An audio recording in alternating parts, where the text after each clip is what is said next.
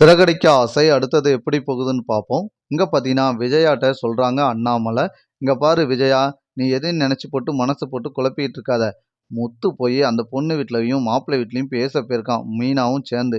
உனக்கு நல்ல ஒரு விஷயமா தான் நடக்கும். நீ எதுவும் போட்டு மனச போட்டு குழப்பிட்டு இருக்காத." அப்படின்னு அண்ணாமலை சொல்லிட்டு ரூமுக்குள்ள போயிருந்தாரு. இங்க பார்வதி அம்மா நம்ம விஜயாவ தேடி வராங்க. வந்தோனே, "பார்வதி வா, நம்ம போயிட்டு அந்த நம்ம சிந்தாமணி சொன்ன மாரி கோயில்ல போய் நம்ம உட்காந்து நேர்த்திக்கடன முடிச்சுட்டு வருவோம்." அப்படின்னு கிளம்பி போறாங்க. இங்க மனோஜையும், ரோஹிணியும் போய் அந்த பொண்ணு வீட்ல பேசுறேன்னு பேர்ல ஏற்கனவே போய் தேவையில்லாத பேசி அங்க அவங்க ரூமுக்குள்ள அடைச்சு வச்சிருக்காங்க. இங்க ரோகிணியும், நம்ம மனோஜும் உள்ள இருக்கிறது முத்துக்கு தெரியாது.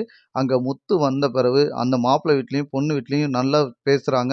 "இங்க பாருங்க, எங்க அம்மா டான்ஸ் கிளாஸ்ல தான் உங்க பையன் தப்பு பண்ணியிருக்கான். உங்க பையனும் தப்பு பண்ணியிருக்காங்க. அந்த பொண்ணும் தப்பு பண்ணியிருக்காங்க. 2 பேரு மேலயும் தப்பு இருக்கு.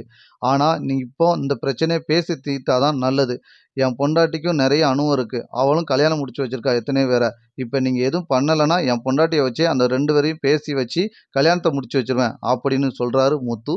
இத கேட்டோனே மீனாவுக்கு கோவம் வருது. "ஏங்க, என்ன பேச வந்திருக்கோம்? நம்ம என்ன பேசிட்டு இருக்கீங்க?" அப்படின்னு மீனா சொல்றாங்க. இப்போ 2 பேரு தம்பதிகளும் நீங்க முன்னாடி நின்னு பேசுங்க அப்படின்னு சொல்றாரு முத்து. அப்போ அந்த பொண்ணு வீட்லயும், மாப்பிள்ளை வீட்லயும் நான் 2 பேரும் உட்கார்ந்து பேசுறாங்க.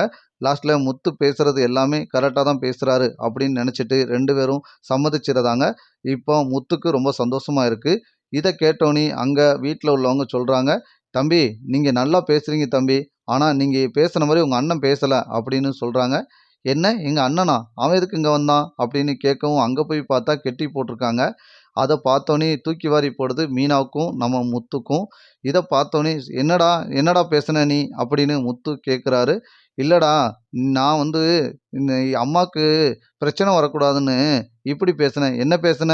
சொல்லு." அப்படின்னு சொல்லவும், "தம்பி இங்க பாருங்க, உங்க அண்ணன் இந்த பொண்ணு கர்ப்பத்த வந்து கலைக்கிறதுக்கு சொன்னாரு. அதான் கோவத்துல புடிச்சு அடிச்சு கெட்டி போட்டோம்." அப்படின்னு சொல்லவும், நாம "இது வேண்டாத வேலையெல்லாம் ஏன்டா உனக்கு? நான் தான் பேசி தீர்க்கிறேன்னு சொன்னேன்ல." அப்படின்னு சொல்றாரு நம்ம முத்து. "இல்ல, ரோகிணி பேச்ச கேட்டு தான் நான் செஞ்சேன்." அப்படின்னு நம்ம முத்துட்ட சொல்லிடுறாங்க மனோஜ். இத கேட்டோனே கோவம் வருது. "நீங்க அம்மாட்ட நல்ல பேர் எடுக்கீங்களோ இல்லையோ, சீக்கிரத்துல வந்து வீட்ட விட்டு தேவையில்லாத வேலைய பார்த்துக்கிட்டு இருக்காதீங்க. போங்க ஃபர்ஸ்ட்டு." அப்படின்னு அனுப்பி விட்டுருந்தாங்க. இங்க வந்தோனே பார்த்தீங்கன்னா, நம்ம மீனா வந்து சொல்றாங்க நம்ம முத்துட்ட, "ஏங்க, இந்த எனக்கு ஒரு பயமா இருக்குங்க. இந்த நம்ம இவன் இருக்கான்ல, நம்ம இப்ப வீட்டுக்கு குட்டி வந்த ட்ரிஸ் வந்ததுலேருந்து, ரோகிணி வந்து ஒரு மாற்றமா தாங்க பேசிட்டு இருக்காங்க. ஆனா, ரோகிணிக்கு வந்து இவங்க என்னமோ செய்றாங்க. ஆனா ட்ரிஸ்ஸுக்கும் இவங்களுக்கும் ஏதோ சம்மந்தம் இருக்க மாரி தெரியுதுங்க." அப்படின்னு சொல்றாங்க முத்துட்ட. இத கேட்டு ஒட்டு கேட்குறாங்க ரோஹிணி. அப்பன்னா சீக்கிரத்திலே கண்டுபிடிச்சிடக்கூடாது அப்படின்னு ரோகிணி நெனைக்கிறாங்க. ஆனா முத்து, மீனாவும் பேசுறாங்க. "இதுக்கு சம்மந்தப்பட்டு இவங்க 2 பேரும் ஏதோ செய்றாங்க மீனா. சீக்கிரத்திலே கண்டுபிடிக்கணும்." அப்படின்னு சொல்லி முடிக்கிறாங்க. அடுத்தடுத்த எபிசோட் இப்படிதான் நண்பர்களே போப்போது.